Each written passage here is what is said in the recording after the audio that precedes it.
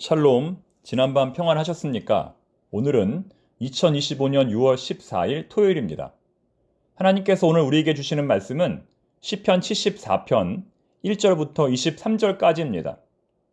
우리에게 간증이 필요한 이유, 우리에게 간증이 필요한 이유라는 제목으로 주의 말씀 증거하겠습니다.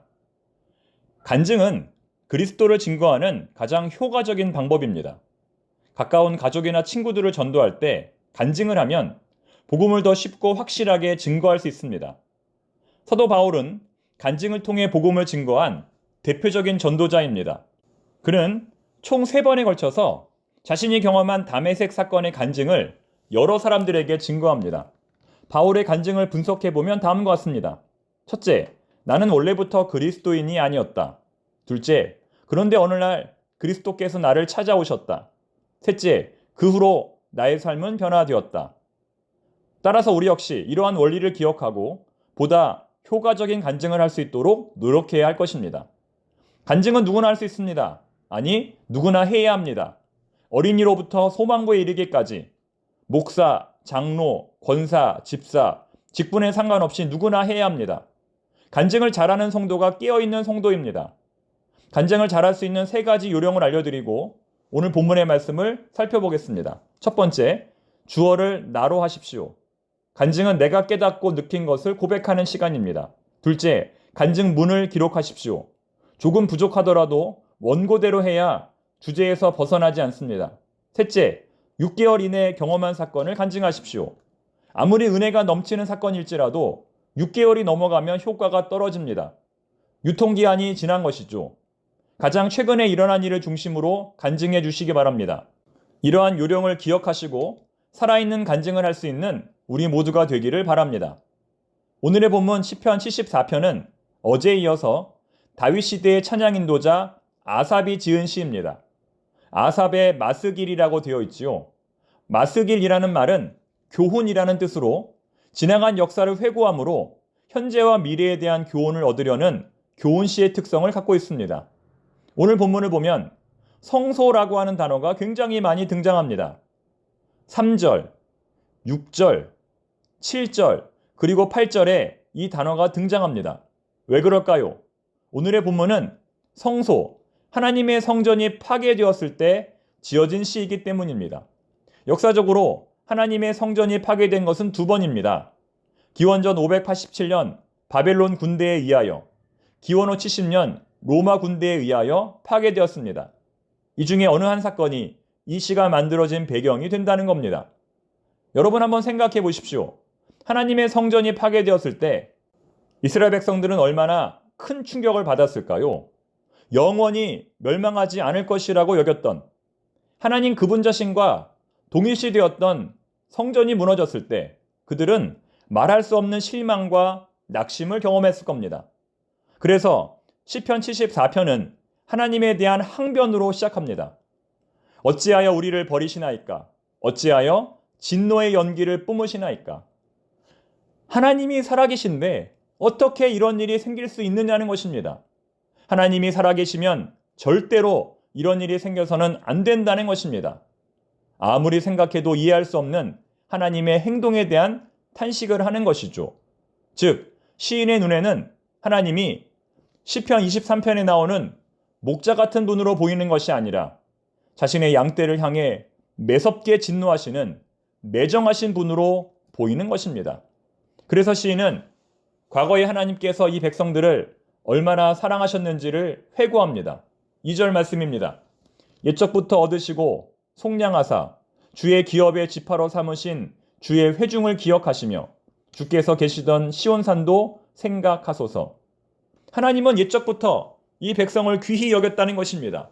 그래서 이 백성을 자신의 기업으로 삼으시고 구속하셨다는 것입니다. 속량이라는 말은 하나님께서 이들을 구원하실 때 많은 대가를 지불하셨다는 것입니다. 그냥 거저 구원하신 것이 아니라 합당한 값을 치르고 구원하셨다는 것입니다.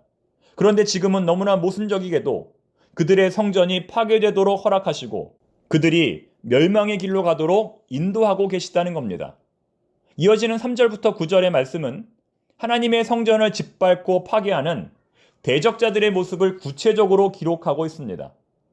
4절에서 대적자들은 하나님의 거룩한 성전 안에 자신들의 깃발을 세우고 자신들의 기념품을 가져다 두었습니다.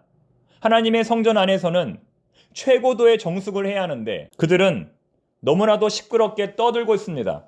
오직 여호와는 그 성전에 계시니 온 땅은 그 앞에서 잠잠할지니라. 5절과 6절에서 대적자들은 감히 하나님의 성전의 물건을 나무꾼이 나무를 하듯 도끼로 파괴하며 심지어는 7절과 8절에서 그들은 하나님의 성전에 불을 지릅니다. 8절 말씀. 그들의 마음속으로 이르기를 우리가 그들을 진멸하자 하고 이 땅에 있는 하나님의 모든 회당을 불살랐나이다. 하지만 진짜 이스라엘 백성들이 위기를 맞이한 까닭은 9절에 나옵니다. 9절의 말씀은 하나님께서 구체적으로 어떻게 이스라엘 백성들을 버리셨는지를 기록합니다. 첫 번째는 사라진 표적입니다. 9절, 우리의 표적은 보이지 아니하며. 표적은 하나님께서 함께 하신다는 계시의 증거입니다. 성소와 지성소에 임재하시는 하나님의 표적은 어떠한 상황에서도 하나님이 그들을 붙들어 주시고 그들과 함께 하신다는 증거가 됩니다. 낮에는 구름 기둥으로, 밤에는 불 기둥으로 모든 백성들이 잠든 순간에도 그들의 하나님이 되셔서 그들을 안전하게 보호하신다는 것입니다. 그런데 그 표적이 사라졌다는 것이죠. 두 번째는 사라진 선지자입니다. 9절 말씀, 선지자도 더 이상 없으며 이런 일이 얼마나 오래는지 우리 중에 아는 자도 없나이다. 이처럼 시인은 더 이상 하나님의 뜻을 전해줄 선지자가 없다고 탄식합니다. 선지자가 없다는 표현은 사무엘상 3장 2절, 에스겔 7장 26절, 예레미야가 2장 9절에 나오는 표현입니다. 선지자가 없다는 표현은 지금 그들이 겪고 있는 극심한 환난에 대해서 하나님의 뜻을 전해줄 선지자가 없다는 것입니다. 아무리 힘들고 어려워도 하나님의 뜻이 무엇인지 전달해주는 선지자가 있다면 버티고 견디고 참을 수 있을 텐데 아무도 하나님의 뜻을 전달해줄 사람이 없다는 것입니다. 지금의 공경이 앞으로 얼마나 계속될지 하나님은 침묵하시고 더 이상 말씀하지 않으신다는 겁니다. 그렇기 때문에 시인은 하나님께서 자신들을 버렸다고 탄식하는 것입니다. 이렇게 이해할 수 없는 하나님의 침묵과 부재 속에서 시인은 과연 어떤 해결책을 찾게 되었을까요? 오늘 설교의 제목은 우리에게 간증이 필요한 이유입니다. 이해할 수 없는 하나님의 침묵과 부재 속에서 시인은 간증을 통해서 이 문제를 해결했다는 겁니다. 간증이 무엇입니까? 지나간 과거 속에서 하나님께서 행하신 일을 되새기는 겁니다. 지나간 과거 속에서 하나님께서 무슨 일을 행하셨는가를 되새기고 그것을 바탕으로 현재와 미래의 일을 추정하는 것입니다. 그래서 12절부터 시인의 어조는 180도로 달라집니다. 지금까지 하나님께 따지고 원망했던 시인이 이제부터는 하나님의 은혜와 사랑에 대해서 찬양합니다. 우리 성경에는 잘 드러나지 않지만 본래 12절 말씀은 그러나 접속사 배로 시작합니다. 12절 말씀, 그러나 하나님은 예로부터 나의 왕이시라 사람에게 구원을 베푸셨나이다. 예로부터라는 말은 하나님께서 세상을 창조하신 때를 가리킵니다.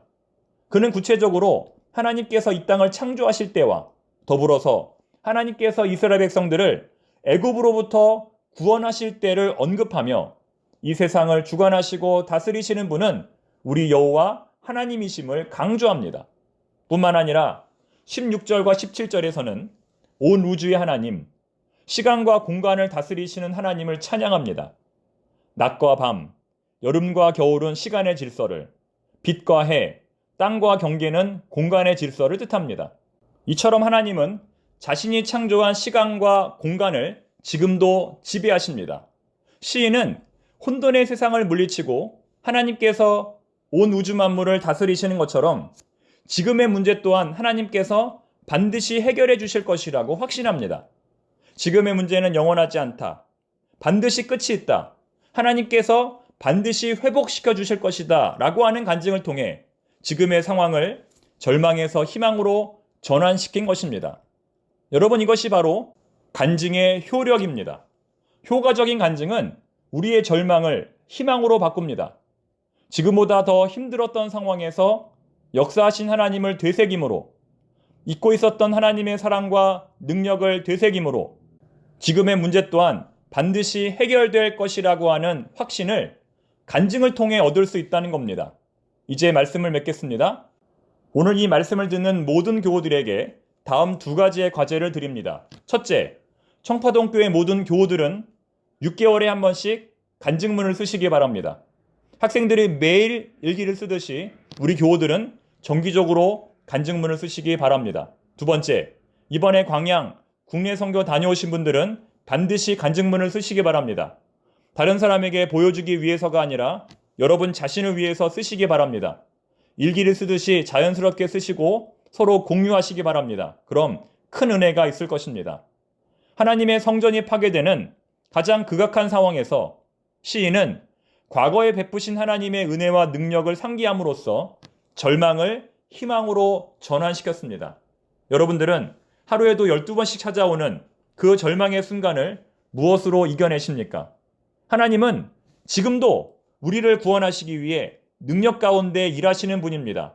이번 6월 한 달도 서로 기도하며 간증하며 격려함으로 모든 상황에서 승리하는 우리 청파동교회 교우들이 되시기를 바랍니다.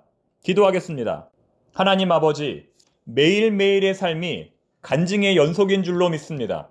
그 은혜의 순간을 망각하지 않도록 날마다 간증문을 기록하는 저희들이 되게 하여 주옵소서.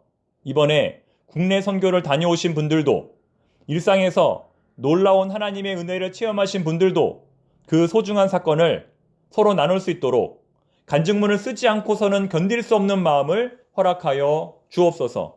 하루에도 12번씩 찾아오는 절망의 순간을 그 놀라운 하나님의 은혜로 이겨내게 하옵소서. 예수님의 이름으로 기도드립니다. 아멘.